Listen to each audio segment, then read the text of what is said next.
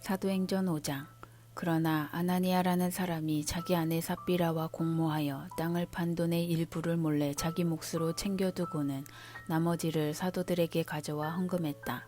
베드로가 말했다. 아나니아야, 내가 어찌하여 사탄에게 넘어가 성령께 거짓말하고 땅값의 일부를 몰래 떼어 두었느냐. 그 땅은 팔기 전에도 내 것이었고 판 뒤에도 내 것이어서 그 돈을 내 마음대로 할 수 있었다. 그런데 내가 무슨 생각으로 이런 속임수를 썼느냐. 너는 사람에게 거짓말한 것이 아니라 하나님께 거짓말한 것이다. 아나니아가 그 말을 듣고는 쓰러져 죽었다.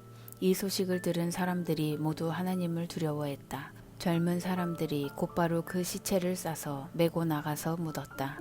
3시간이 못 되어서 그의 아내가 무슨 일이 있었는지 전혀 모른 채 들어왔다. 베드로가 말했다. 너희가 땅을 팔고 받은 돈이 이것이냐? 예, 그 돈입니다. 삽비라가 말했다. 베드로가 대답했다. 너희가 공모하여 주님의 영을 대적하다니 이 무슨 일이냐? 내 남편을 묻고 온 사람들이 집 앞에 있으니 다음은 내 차례다. 그의 입에서 말이 떨어지기가 무섭게 삽비라도 쓰러져 죽었다. 젊은 사람들이 돌아와 보니 그 여자의 시체가 있었다. 그들은 시신을 메고 나가서 남편 곁에 묻었다. 이즈음에 이 일을 들은 온 교회는 물론 모든 사람들 안에 하나님께 대한 깊은 경외심이 생겼다. 하나님을 함부로 대해서는 안 된다는 것을 알게 된 것이다. 사도들이 하는 일을 통해 백성 가운데 하나님의 표적이 크게 나타나고 놀라운 일이 많이 이루어졌다. 그들은 모두 하나가 되어 솔로몬의 이름을 붙인 성전 회랑에 정기적으로 모였다. 백성이 그들을 크게 칭찬했으나 그들 모임에 합류하기를 꺼리는 사람들도 있었다. 한편 주님을 믿는 사람들은 남녀 할 것 없이 도처에서 더 늘어났다. 심지어 그들은 병자들을 메고서 길거리로 나와 들것과 이부자리에 눕혀놓고는 지나가는 베드로의 그림자에라도 닿기를 바랐다. 예루살렘 인근의 여러 마을에서 사람들이 아픈 사람과 귀신 들린 사람들을 데리고 몰려 나왔다. 그들 모두가 나았다. 대제사장과 그의 편에 선 사람들, 주로 사두개파 사람들이 이 모든 일에 단단히 화가 나서 행동에 돌입했다. 그들은 사도들을 체포해 시내 감옥에 가두었다. 그러나 밤중에 하나님의 천사가 감옥 문을 열고 그들을 이끌어냈다. 천사가 말했다. 성전으로 가서 당당히 서거라. 이 생명에 대해 말해야 할 모든 것을 사람들에게 다 전하여라. 그들은 즉시 순종하여 새벽녘에 성전으로 들어가 계속해서 가르쳤다. 한편 대제사장과 그의 동료들은 이스라엘의 최고의회를 소집한 뒤에 감옥에 사람을 보내 죄수들을 데려오게 했다. 경비대가 감옥에 가보니 그 안에는 아무도 없었다. 그들이 돌아와서 보고했다. 감옥은 철동같이 잠겨서 문마다 간수들이 지키고 있었지만 안에 들어가 보니 한 사람도 없었습니다. 성전 경비대장과 대제사장들은 당황했다. 이게 도대체 어떻게 된 일이냐? 그때에 누군가가 나타나서 말했다. 감옥에 가두어 두었던 사람들이 다시 성전에서 사람들을 가르치고 있는 것을 알고 계십니까? 경비대장이 부하들과 함께 가서 사도들을 붙잡았다. 그러나 백성이 폭동을 일으켜 대항할까 두려워서 그들을 조심스럽게 다루었다. 그들은 사도들을 데려다가 다시 최고의회 앞에 세웠다. 대제사장이 말했다. 우리가 너희에게 예수의 이름으로 가르치지 말라고 엄히 명령하지 않았더냐. 그런데 너희는 너희 가르침으로 예루살렘을 가득 채우고는 그 사람의 죽음을 기어이 우리 탓으로 돌리려 하고 있다. 베드로와 사도들이 대답했다. 사람보다 하나님께 순종하는 것이 당연합니다. 여러분이 십자가에 매달아 죽인 그 예수를 우리 조상의 하나님께서 다시 살리셨습니다. 그 하나님께서 이스라엘에게 변화된 삶과 죄 용서의 선물을 주시려고 예수를 왕과 구주로 삼아 그분 오른편 높은 곳에 두셨습니다. 우리는 이 일의 증인들입니다. 하나님이 그분께 순종하는 이들에게 주시는 성령께서도 이 모든 일을 확증해 주십니다. 그들은 이 말을 듣고 격분하여 그 자리에서 당장 사도들을 죽이려고 했다. 그러자 최고의회 의원인 가말리엘이라는 바리새인이 자리에서 일어섰다. 하나님의 율법을 가르치는 교사로 모든 사람의 존경을 받고 있던 그는 잠시 사도들을 밖으로 내보내고 나서 이렇게 말했다. 동료 여러분, 이들을 대할 때 조심하십시오.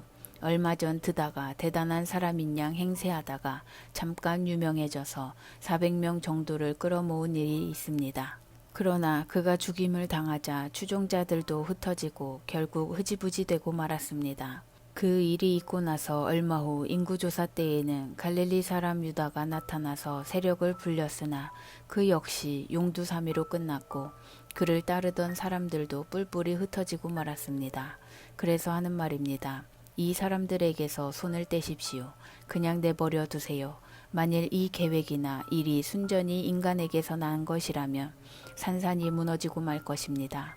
하지만 하나님에게서 난 것이라면 여러분이 어떻게 해도 소용없습니다. 괜히 하나님을 대적하는 자가 되지 마십시오.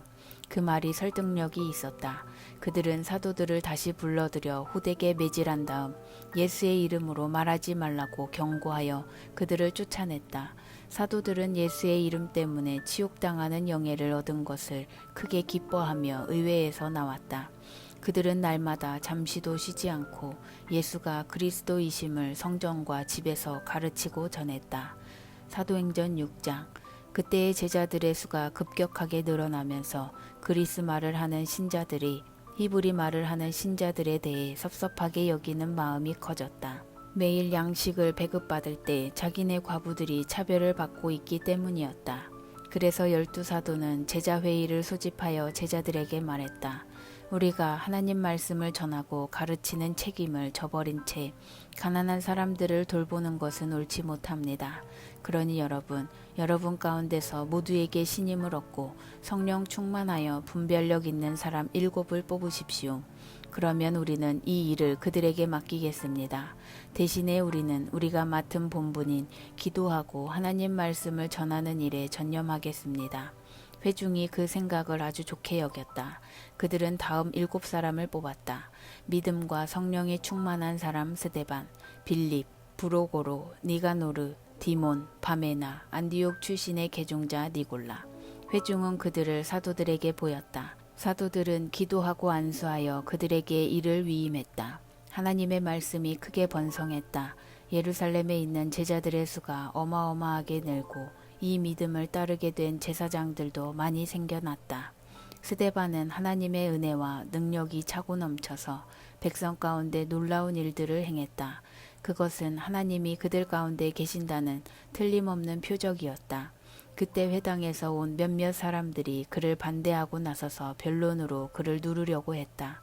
그 무리는 종이었다가 자유인이 된 구레네 사람, 알렉산드리아 사람, 길리기아와 아시아 출신의 사람들로 이루어져 있었다.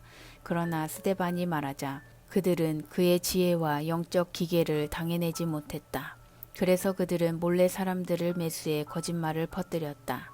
이 사람이 모세와 하나님을 저주하는 것을 우리가 들었습니다. 그 말이 백성과 종교 지도자와 종교학자들의 마음을 휘저어 놓았다. 그들은 스데반을 잡아서 최고의회 앞으로 끌고 갔다. 그리고 자신들이 매수한 증인들을 앞세워 이렇게 증언했다. 이 사람은 쉬지 않고 이 거룩한 곳과 하나님의 율법을 욕하고 있습니다. 심지어 우리는 나사렛 예수가 이곳을 무너뜨릴 것이며 또한 모세가 우리에게 준 관습을 다 내버릴 것이라고 그가 말하는 것도 들었습니다. 최고의회에 앉아있던 모든 사람이 스데반을 쳐다보았다. 그들은 그에게서 눈을 뗄 수가 없었다. 그의 얼굴이 천사의 얼굴 같았다.